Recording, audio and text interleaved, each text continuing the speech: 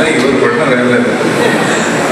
ஏன்னா கவிதை சினிமாவில் பாட்டுகளும் அது கவிதை என்று ஒரு வழிக்கு சொன்னாலும் இலக்கண சுத்தமாக கருத்து ரீதியாக தன்னறியிலே பாடல்களை உருவாக்கி மேடையிலே பாடக்கூடிய கவிஞர் பெருமக்கள் இருக்கக்கூடிய இடத்துல வந்து சினிமா ஆளை கூப்பிட்டு தலைமையாக சொல்லலாம். அது நியாயம் எல்லாம் என்ன உண்மை ஒன்று கேட்பேன் அப்புறம் வச்சுக்கிறாங்க அந்த விஷயத்த. ஏன்னா வந்து இவங்க எல்லாம் அது கரை தேர்ந்தவர்கள் கரை கண்டவர்கள் கரையை மீறி சென்றவர்கள். ஏன்னா அவர் பாடக்கூடிய கருத்துக்கள் ஒன்றொன்றுமே ரொம்ப அற்புதமாக இருக்கும், ரொம்ப பிரமாதமாக இருக்கும். எனக்கு அந்த மாதிரி எழுதுவதற்கு பழக்கமில்லை, சந்தர்ப்பம் கிடைக்கவில்லை. இப்பொழுதுதான் கிடைத்திருக்கிறது. அடுத்த பிச்சை வாங்கிறேன். நான் இப்போது இவர்களை கேட்டு கற்றுக்கொள்வதற்காக வந்திருக்கிறேன். பாருங்க, வந்து உட்கார்ந்து நான் வந்து ஒரு ரமணன் அவர்கள் பேசுவதையும் கண்ணதாசன் துரை அவர்கள் பேசுவதையும் கேட்டு உட்கார்ந்தேன். நான் பேச போறேன்னா ஓடிட்டாங்க பாருங்க. அப்படியே திறமை பேசுறேன். நான் பேச போறேன், ஐயோ பேசுவாரு அவங்க போயிட்டாங்க. ஆளை காணும், ஓடிட்டாங்க. இருந்தாலும் போய் மாட்டணுமா அப்படின்னு சொல்லுவாங்க. அதெல்லாம் இருக்குது நிலைமை.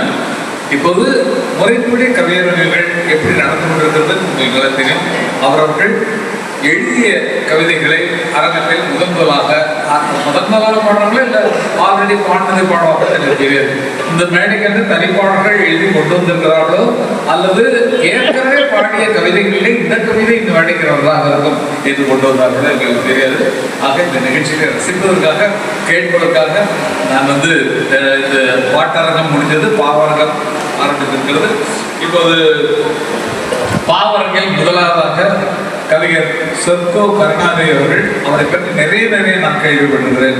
அண்ணனோடு சம்பந்தப்பட்டவர், அரசியலிலும் சம்பந்தப்பட்டவர், அழகிலும் சம்பந்தப்பட்டவர், அற்புதத்திலும் சம்பந்தப்பட்டவர், மிக அருமையான பேச்சாளர், மிக அருமையான கவிஞர்.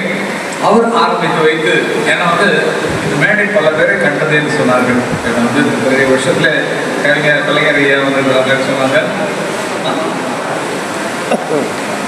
பாலி ஐயா சொன்னாங்க. அவங்க உட்காந்து சேர்ல நான் உட்காந்து நடுவராக இருக்கும்போது பெருமை இதெல்லாம் உட்கார வைக்கலாமா அந்த இடத்துல இருந்தாலும் பரவாயில்ல. காரணம் என்னன்னா புதிதாக ஒருவர் ரொம்ப நான் நன்றி சொல்லணும்னா எனக்கு இந்த கடையிலூர் என்று சொன்னாலே எனக்கு ஞாபகம் வந்து டாக்டர் அப்துல் கலாம் அவர்கள் தான்.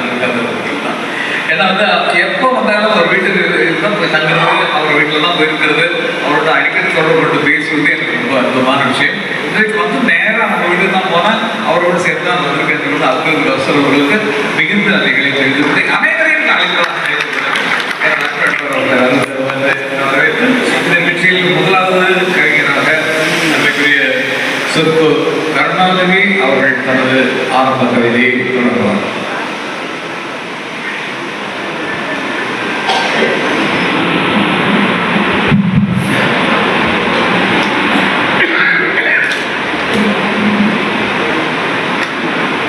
உன்மான தேடி நானும் பூவோடு வந்தேன், உங்களவே காட்டிரவார் பூவரசம்பு கூத்தாச்சி ஒன்றுக்கு சேரி வந்தாச்சி. அவன் என்ன நம்பி நீ வாதிக்காத. செந்தூர பூவே பூவே என்ற காத்தே இனிய பொன் நிலாவே